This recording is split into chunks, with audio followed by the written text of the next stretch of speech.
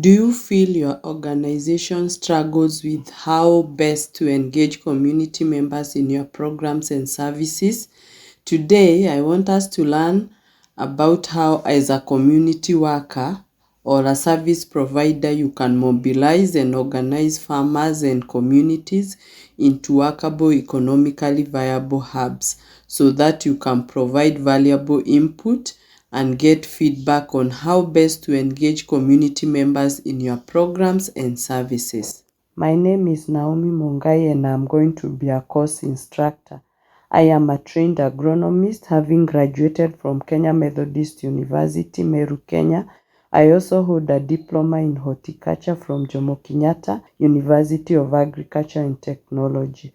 I have over 10 years of experience working with farming communities in different aspects such as outreach, community mobilization into viable groups, training on agronomic issues, business concept, quality management, and market linkages. Welcome to the course. Our learning objectives for the course. At the end of this session, you shall be able to understand the group methodology concept and organize a group, demonstrate how to conduct outreach and promotion to a group of farmers, be able to conduct a public meeting presentation.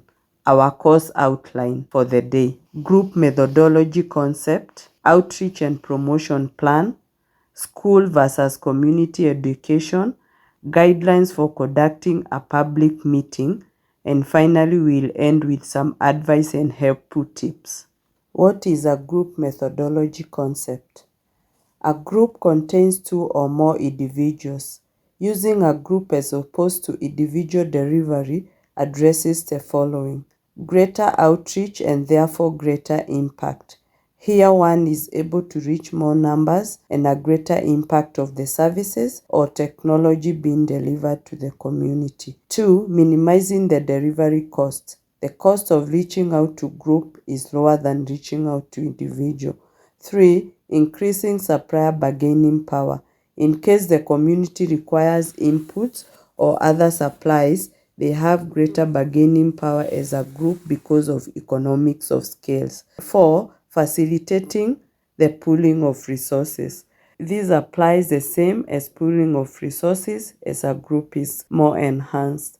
Number 5, enhances sustainable development by involving more community members, sharing new ideas, information, and planning of activities together. In many societies, many people are already members of a group, either in the church or within the immediate community. And so the concept of groups is not new to them, but perhaps what is new is that such groups should be used for economic benefits and less for social benefits. Groups consist of individuals who have something in common. They come from the same community, maybe worship in the same church, they may be in the same group or simply work in the same market.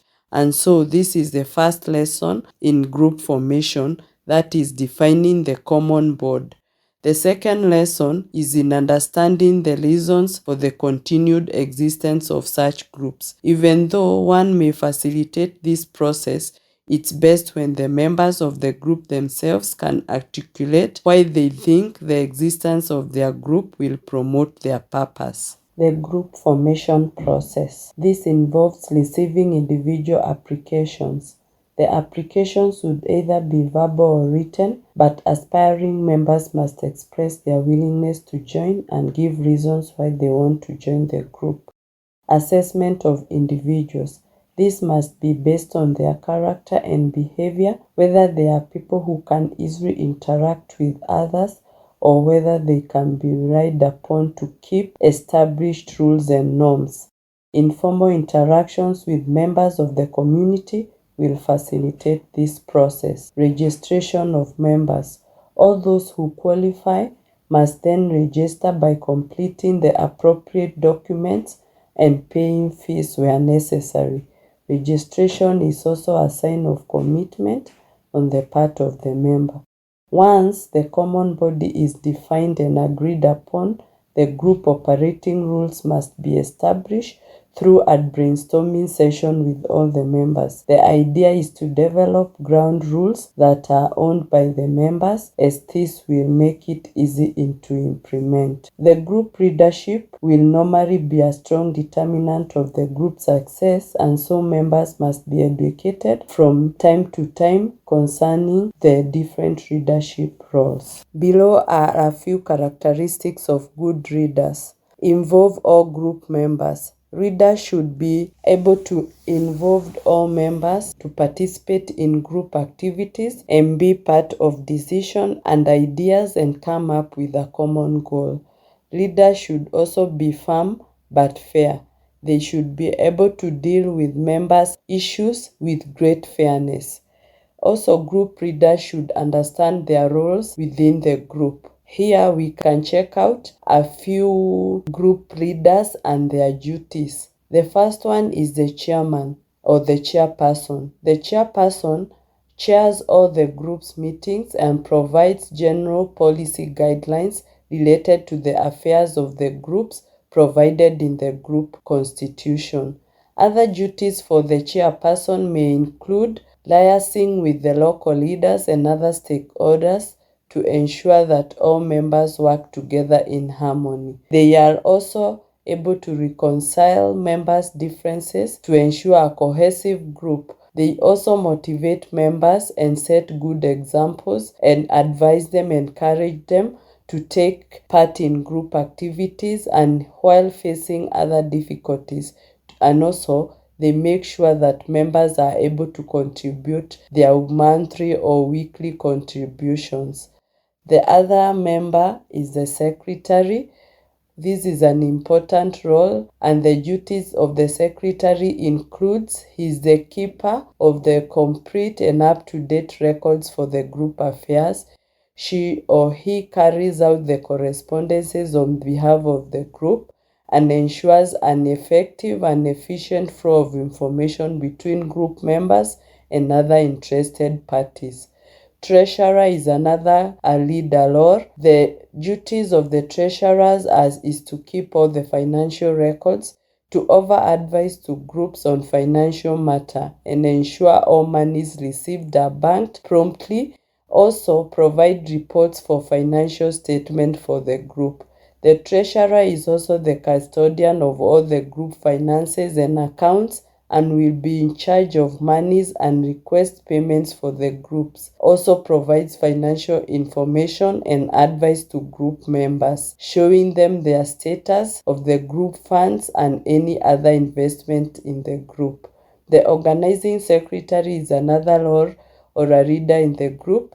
The organizing secretary is responsible for the coordination of the organization's activities, which are aimed at fulfilling the objectives of the organization. Also, the organizing secretary helps to coordinate all the activities that may be assigned from time to time from the secretary or the chairperson. Also, as we continue to see the characteristics of good leaders, a good leader should be committed to the group cause and also should be honest and have integrity. Leaders should be people with strong morals, and they should be accountable and accept responsibilities of their actions. They should also be open to criticism and correction and also involve dialogue. A highly cohesive group stays together because of the following characteristics. Outreach and promotion plan. Outreach is important for you to put across to your audience the organization's goals, objectives, and activities, or any technology available for them. Follow the following steps. Conduct an area survey. One should obtain an area map from the survey office plan. Divide the area based on the potential and concentration of the farmers or clients. Visit the area making an inventory of the farmers' activities and take time to familiarize yourself with the area and the people. Demarcate the area on the map and further manage the area depending on the intended activities. Preparation of the message.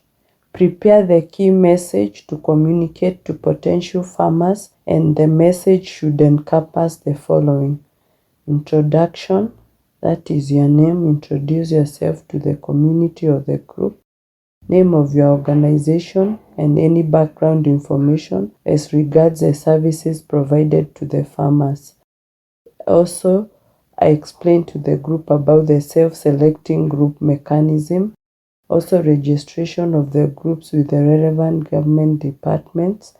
Meeting frequency is important because they'll need to meet in a weekly or monthly schedule. Also, give the group your contacts where they can be able to get you when they need you. Preparation of the promotion. One should prepare materials beforehand to be used for communication to the groups or the community. An important consideration to be made is the level of literacy of the audience. Some of the following are some issues or materials that are useful for the exercise. You can prepare a flip chart or a number of cards which are printed with the key messages to be given to the farmers. You should also have a field notebook, leaflets, and brochures of the organization's details. Then you can go ahead on to call or organize the promotion meetings. This can take place in the following manner: public meetings.